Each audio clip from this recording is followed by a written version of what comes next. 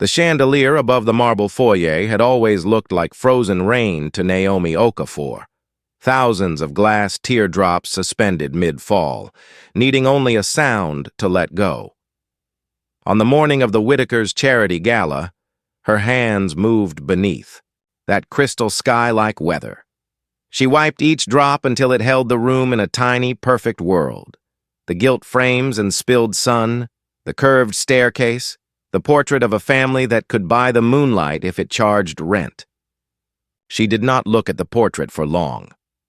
Naomi, the household manager, Francine, called from the landing, already tight with urgency.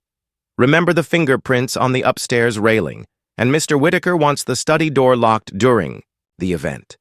He doesn't like surprises. Of course, Naomi said. She wore the house uniform, gray and starched, but the fabric had long since learned the shape of her quiet. A small silver pendant lay against her throat, a circle worn, smooth by years of worry. Sometimes, when no one was looking, she pressed her thumb to it and breathed. A shuffle of feet.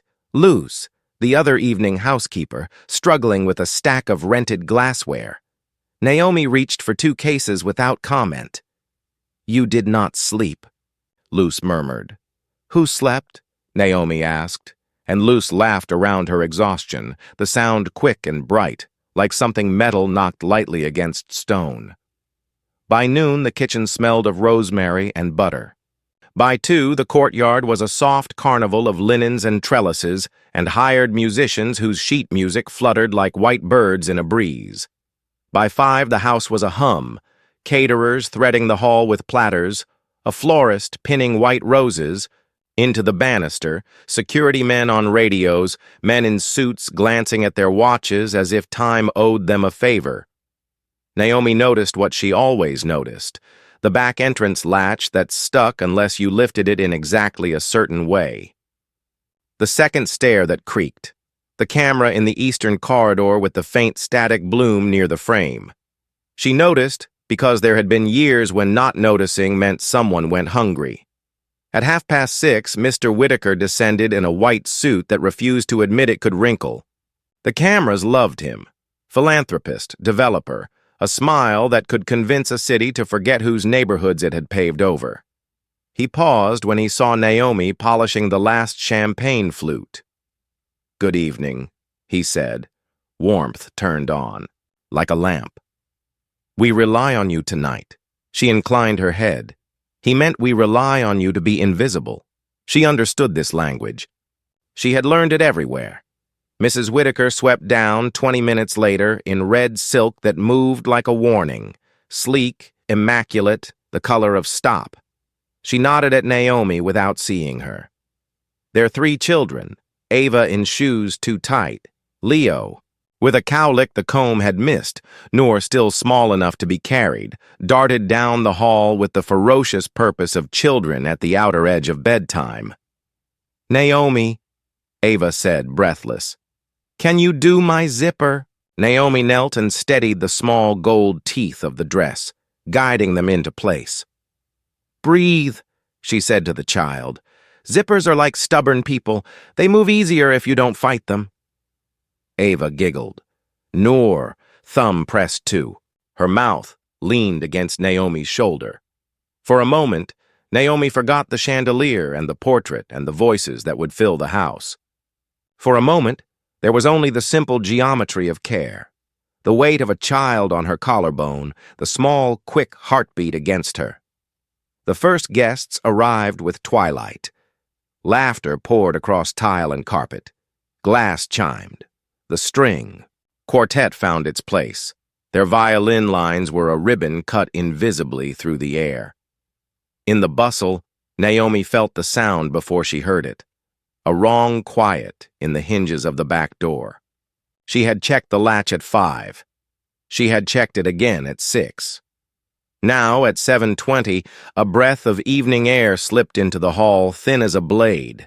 She turned her head, but Francine's voice pulled her toward the ballroom, where a tray of flutes needed replacing. She told herself she would fix the latch after the next round. She never got there. The night broke open, a sound like a slammed door. No, not a door. A gunshot is its own kind of grammar. It writes itself on the room. The chandelier shivered. A few crystals let go and fell, tapping the marble like hail. Guests froze, then scattered. The quartet's bow hands jerked mid-note and scraped silence into the music. Somewhere a child screamed, then another. A man's voice tore through the foyer, roughened with the false certainty of someone who has to believe he is the loudest thing in a room to keep existing. "Nobody move! On the ground! Now!" Two more shapes behind him, masks over.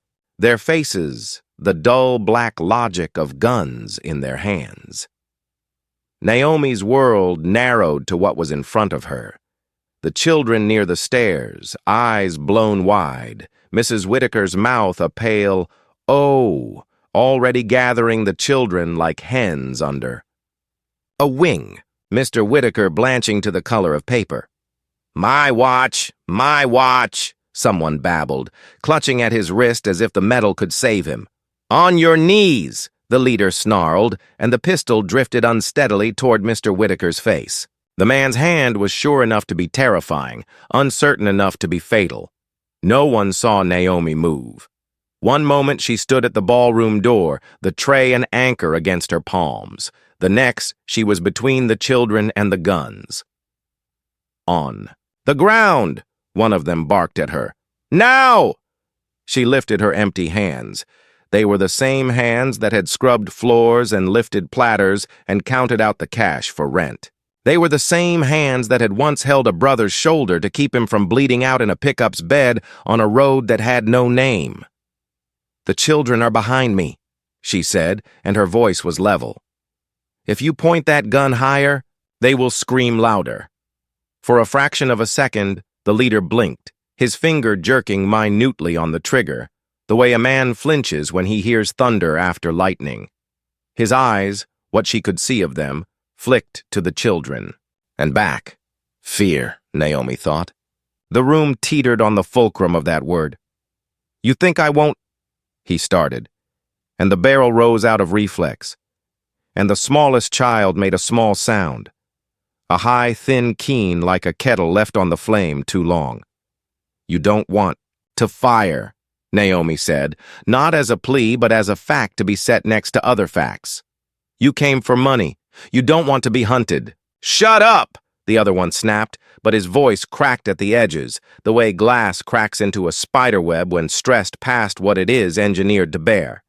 "Jewelry, phones, watches," the leader roared. "Fill the bag. Move!" He flung a sack toward a table of men whose suits had never been on their knees before. Naomi let the noise rise, the scrape of chair legs, the cry of a crystal glass knocked over, the small prayer that slipped out of someone's mouth before she pulled it back like laundry in the rain, but she kept her attention on the rhythm of the man's hand on the gun, the tremor when someone cried, the steadiness when he had nothing to react against. "You shout because you're afraid," she said, and the words were quiet enough that the chandelier might have caught them in its glass and rung them like a bell. The leader turned his head slowly. "Say that again." "You don't want to kill anyone," Naomi said. "So stop acting like a man who already has." She did not move. She did not lower her gaze. She kept her palms open to show she had nothing to hide. She let the room hear the steadiness in her voice and borrow it for themselves. The children's sobbing hiccuped into silence. Something like breath loosened in 100 throats. "Boss," the second man muttered. "She's stalling." "I'm warning you," the leader hissed, and the gun wavered toward her forehead, close enough that the cold knuckle of the barrel kissed her skin. Naomi thought of the first time she learned to breathe inside the shape of panic, in a clinic that had more dust than medicine, with a generator that coughed on dry mornings and slept on wet ones. She thought of the women who had taught her how to make a tourniquet out of a torn sari, how to keep a hand steady even while the body's animal brain screamed. She thought of her mother, lowering the mosquito net with a hand that knew how to protect without trembling. Her voice did not change. "You don't want to fire?" The seconds stretched until they might as well have been years. The leader's finger trembled. He blinked, hard, as if trying to shake a thought off like water. "Tie them," he growled. "Tie everyone." The other two surged forward, seizing Mr. Whitaker by the shoulder, hauling Mrs. Whitaker up so fast her shoe skidded and left a black scar on the floor. The children let out gasps that were not quite screams. "You will not touch the children," Naomi said, and something in the way she arranged the words, how they weighed, how they balanced, made the men stop as if the syllables had laid a tripwire across their ankles. "Or what?" the leader sneered. "Or you'll remember me every time you close your eyes." It was not bravado. It was a true, hard thing, like the edge of a shovel hitting rock. Her hand moved, and the world bent. She stepped inside the leader's reach, the way she had learned in a cramped community center in Arlington, where a retired guard taught a dozen women how to survive. Elbow to wrist, twist, leverage, not strength.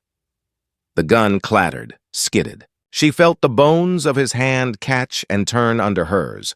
A door forced the wrong way on its hinges. "Down," she said, voice still calm, and he went to his knees because pain is a kind of command the body obeys quicker than the mind.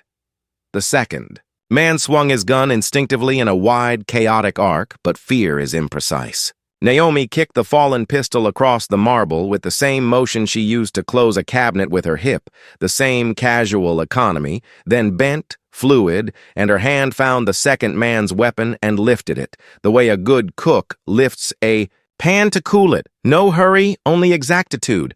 Drop it," she said to the third. He had a choice between the heavy myth of his gun and the new fact in front of him. A woman whose hands did not shake, who aimed as if the rest of the room were already quiet. His mask hid his face, but his fingers gave him away. They opened. The gun met the floor. The sound was small and final as a decision. It is not in a panic's nature to end neatly.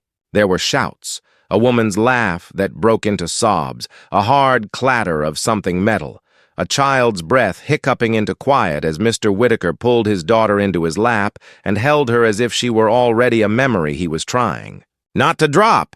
On your knees!" Naomi said to the men, not loud, not a shout.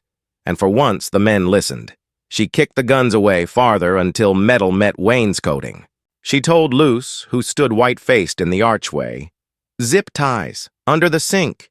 And Luz moved the way you do when your body becomes a question answered by a friend's voice. Naomi knelt 1 second beside the smallest child. "Your breath," she whispered. "In. Out." The girl's chest fluttered like a rabbit. Naomi's own lungs steadied into a count the child could borrow. "Borrow mine," she murmured, and the little body obeyed. Sirens, that hard, distant wail, grew out of the city and into the street. Fear, which had receded to make room for what had to be done, came back for its tax. The room breathed again, but like someone learning how. "Hands behind your heads," she told the men, and then to Mr. Whitaker. "Sir, tell your guests not to move. No sudden motions when the police arrive." She looked him in the eye for the first time that night. He nodded like a man who has been taught a new language with a single sentence. Blue lights smeared the windows. Doors exploded open. Officers poured into the foyer in a choreography of shouts, the chambered, urgent music of a response rehearsed 1,000 times and still too often too late. "Gun! Gun!" someone shouted. Because the world always sees what you are holding before it sees who you are. Naomi set the weapon on the marble. She lifted her hands. She turned her body so her palms faced the officers and kept her voice level. "I subdued them." Weapons kicked. "West wall! Children safe! Down!" a cop screamed at her, a boy's fear wearing a man's uniform. "On your stomach!" She lowered herself to the floor, the dust cool against her cheek. It had been years since she had felt this particular mix of humiliation and relief. Once, it had been on a roadside in Port Harcourt with her brother bleeding through a T-shirt. while a soldier shouted questions that had no answers. Once, it had been in a shelter where she learned the price of safety is sometimes forgetting your own name in someone else's book. Easy, another voice said above her, steadier. Easy. Boots moved. Hands relieved her of the weapon. Plastic bit at her wrists. Later, a woman officer would apologize for the zip ties the way people apologize to furniture they bump into. The leader of the masked men sobbed on the floor. The second kept repeating, "This wasn't supposed to," as if sentences had edges he could fall off. The third stared at the chandelier as if it were a god. By the time Naomi sat in a small interview room at the station, the house had returned to its habit of order. Broken glass swept, blood wiped, the chandelier already scheduled for repair. Mrs. Whitaker had hugged her with arms still shaking, then let go quickly, as if intimacy were an item from a rental company that had to be returned by 10. The detective was a narrow man with an expensive tie who asked for her full name twice as if the first time had not taken. "You're a housekeeper," he said, and waited for the label to reassert the world's comfort. "I keep houses," Naomi said. "How is it you know how to disarm a man with a gun?" "Practice," she said. His eyebrows shifted like someone adjusting expectations to a size they had not ordered. "Practice where?" "A community center, a church basement, a kitchen where men lose their tempers and women must not die. Take your pick." He smiled the kind of smile that thinks it is kind. "Were you military?" She looked at the tape recorder on the desk between them. "This is not a job interview." "People will ask," he said. "A story like this." He spread his hands, making a shape in the air, as if circumscribing her with his fingers. "People have always asked about people like me," she said. "But not the way you mean." He cleared his throat. "You understand. Some are saying—" He stopped. He didn't need to finish. "Some are saying a maid doesn't do that unless she had help. Some are saying she was part of it. Some are saying there are always some." "I understand," Naomi said, and the words felt like stones worn round by a river. "I have understood my whole life." He had children drawn on a crooked piece of construction paper pinned to the corkboard behind him, circles for faces, sticks for legs, smiling the way children believe paper can carry joy. "Am I under arrest?" she asked. He blinked, then shook his head. Later, a woman with a badge and a quiet voice would bring her a styrofoam cup of tea and tell her that the men had confessed, that the bag was full of jewelry, not courage, that the security feed showed enough for anyone who wanted to see. By the time Naomi sat in a small interview room at the station, the house had returned to its habit of order, broken glass swept, blood wiped, the chandelier already scheduled for repair.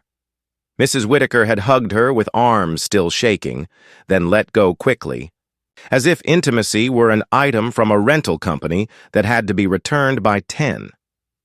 The detective was a narrow man with an expensive tie who asked for her full name twice, as if the first time had not taken. "You're a housekeeper," he said, and waited for the label to reassert the world's comfort.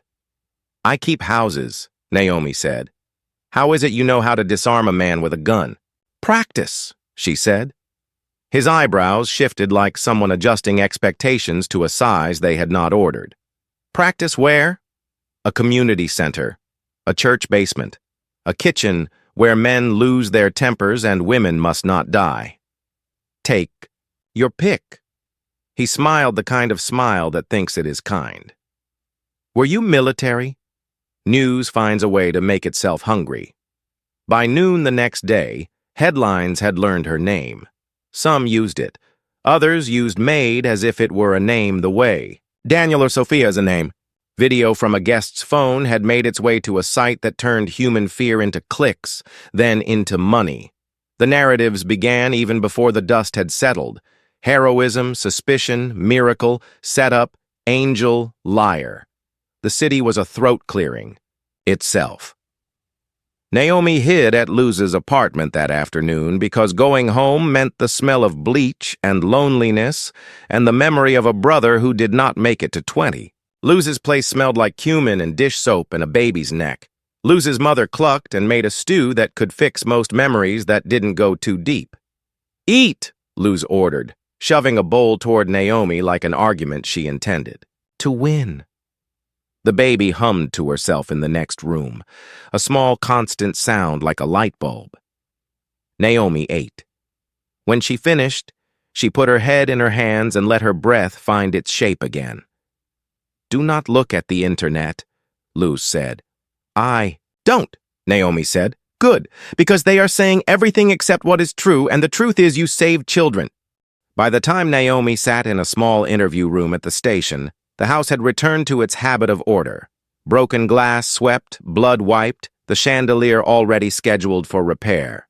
Mrs. Whitaker had hugged her with arms still shaking, then let go quickly, as if intimacy were an item from a rental company that had to be returned by 10.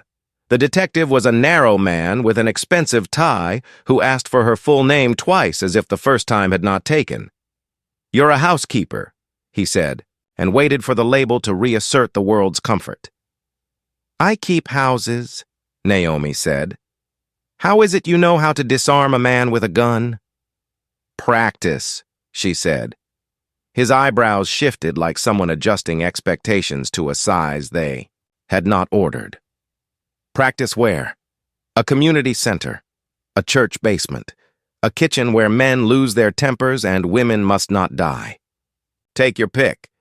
He smiled the kind of smile that thinks it is kind. "Were you military?" That evening, Mr. Whitaker called. He had never called her before.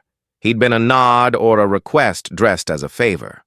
Now his voice came through the cheap phone like a man stepping into a room he had never been allowed to see. "Naomi," he said, his composure patched together and still holding. We are grateful. The children, they can sleep tonight because of you." He swallowed. "The city wants a press conference." "I do not want cameras," Naomi said. "I understand.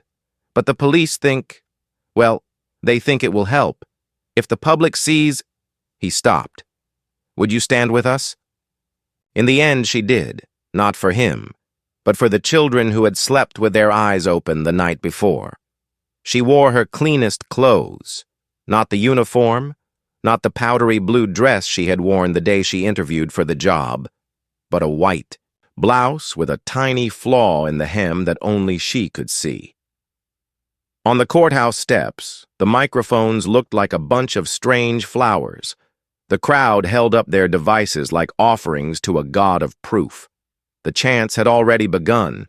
Her name, her role, a counter-chant, questions with teeth in them pretending to be mouths. Mrs. Whitaker spoke first, voice steady, eyes at the correct level for grief that isn't yours. Mr. Whitaker spoke second, and for once he let the nervous laugh slip out and didn't hold it by the throat until it died. Then they turned to Naomi. She stepped up to the microphones like a woman stepping to the lip of a river she has crossed before. She didn't look at the lenses. She looked at the faces. "I am a housekeeper," she said. "I am also a person who has learned to keep my hands from shaking. Both things can be true." Someone yelled, "Were you military?" Someone else yelled, "Are you legal?" Another voice, lower, "Did they know you?" Naomi waited. When the shouts thinned, she said, "I learned to be calm in rooms where calm was not given to me. Some people inherit safety, others learn it one breath at a time." Silence opened like a hand. "I did what any person should do when children are in danger," she said, and then she let herself tell the smallest truth that still fit in the day. "I was afraid. I did not let fear choose my actions for me." Afterward, in the courthouse foyer, the chief of police shook her hand. The cameras caught the handshake. The internet made its tidy captions. In a corner, a thin boy in a too large blazer stared at her as if she had stepped from a book. "Miss," he said, "how did you know what to do?" Naomi crouched so their eyes were even. "When you are scared," she said, "make your breath bigger than your fear. Then move your feet." He nodded as if she had given him a tool he could fold and keep in his pocket. Life does not transform in a public square and then remain permanently transformed. The next day there was laundry. The next week there were bills, a bus that came late, a woman at the grocery who looked at Naomi and then moved her purse to the other side of her body. The world does not always know how to carry a story without turning it into a weapon. But things rippled anyway. Mr. Whitaker called her into the study with the locked door 2 afternoons later. He stood at the window with the city in pieces beneath him and cleared his throat like a man about to say a thing he should have known how to say before. The study smelled of old paper and new money. "We owe you a debt we can't repay," he said. "You will try," Naomi said, "because letting people believe gratitude is a feeling rather than an action is how the world forgets." He smiled, a small, rueful thing. He told her about the fund, legal aid for domestic workers, scholarships for their children. He told her about the wage audits he had commissioned for all his properties, the letters he would send to his rich friends, the head of security position he wanted to offer her, the training programs he would fund. He spoke like someone gathering, a pile of stones to begin a wall. Naomi listened. "Start with the staff in this house," she said. "Health insurance, paid sick days. Replace the back door latch." He made a note, pen scratching. "And you?" he asked. "Will you?" She looked around the study with its leather smell and the small hum of its hidden refrigerator, at the framed degrees and the model buildings. She thought of the church basement mats, the quick applause when a woman broke free from a wrist grab, Luce's delighted cackle when she did something unexpected and perfect. "I will teach," she said. "I will show women how to make their fear smaller than their breath. Pay me for that." He nodded. It surprised her that he did not argue, that his face held the weary relief of a man told exactly what to do. Perhaps people with power are more tired than they admit of instructing the world how to please them. The first Saturday of classes, the multi-purpose room at the community center filled with women who worked in houses and restaurants and daycares and office towers at midnight. They laughed nervously and drank coffee from paper cups watching, their reflection in the windows as if courage had a shape they could practice making with their bodies.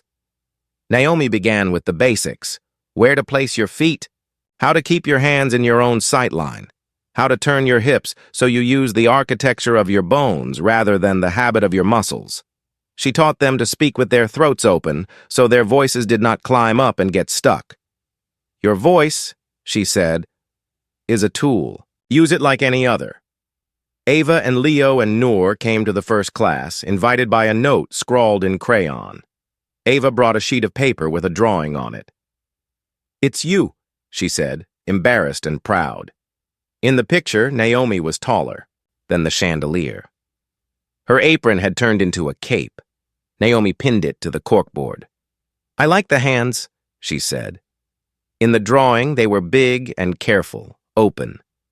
The last robber's trial was unremarkable, which is another way of saying it was cruel in a very orderly way.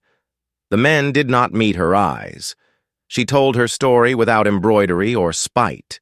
The defense tried to suggest she had provoked them. The judge, with a patience that felt like a cell phone left to charge on a bedside table, did not allow it.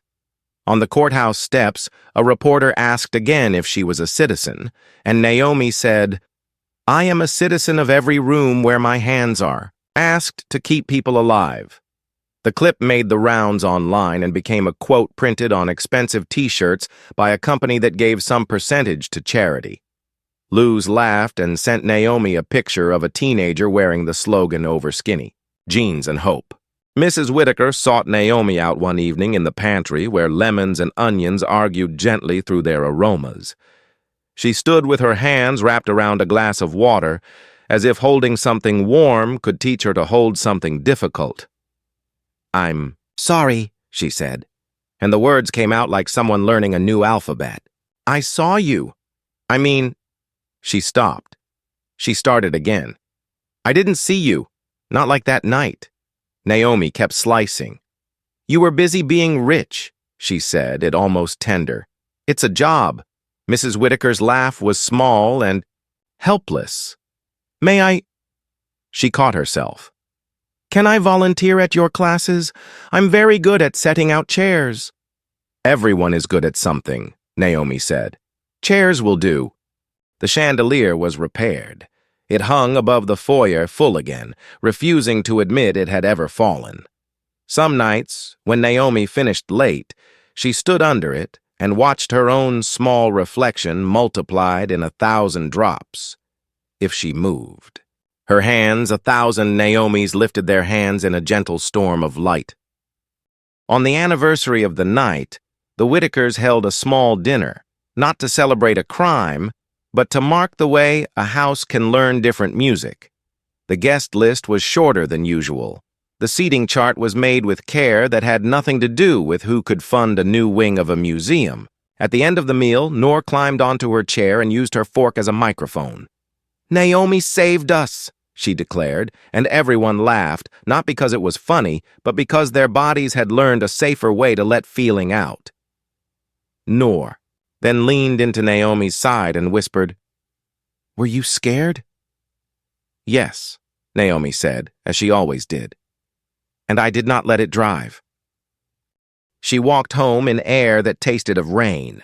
On the sidewalk, a man stepped aside to let her pass, and she felt the old prickle between her shoulders, and then made herself breathe, not out of fear, but out of habit, turning softer. At a corner, a street vendor who had watched the video a dozen times handed her a samosa on the house. For the hands, he said, and wiggled his fingers in the air. She carried the warm triangle in its paper like a talisman.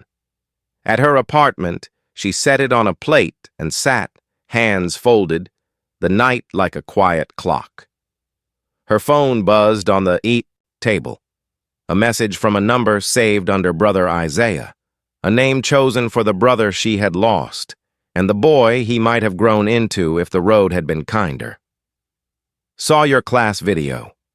You looked like someone I would listen to. Proud of you. Sis, proud of your quiet, proud of your loud. Naomi put her thumb to the silver pendant at her throat and pressed. The metal was cool. Her palm was warm. Between them there was the space where a life resides. Steady breath, steady hands, a room where fear does not get to be in charge. Next morning, she would mop the foyer and count the lemon halves and teach another dozen women how to turn their faces toward a world that does not always see them and say, Here I am. She would fix the back door latch herself, not because it was her job, but because she could not stand a door that lied about whether it was closed. She would call her mother. She would buy new soap. For now, she ate the samosa and thought of the chandelier's infinite reflections. Each small world turned right side up, a map of light suspended above a floor that had learned how to hold it. Courage, she decided, was not fire or thunder. It was hands. Quiet hands that refused to tremble when a softer world required steady work. Quiet hands that lifted, steadied, mended. Hands that knew that justice sometimes wears an apron and sometimes holds a child and sometimes takes a gun away from a man who cannot tell the difference between being loud and being strong. In the small apartment, the clock ticked. Outside, a siren whined and then slid away. Naomi turned out the light. In the dark, her hands glowed the way some things do after you have stared at them too long. Impressions against the eyelids, warmth carried forward. She slept, not as a hero, not as a viral story, but as a woman who had made a choice when the room asked for one. And in the morning, the city woke. And the chandelier, which had learned the grammar of falling and being lifted, held its breath like glass and waited for a sound that would not come.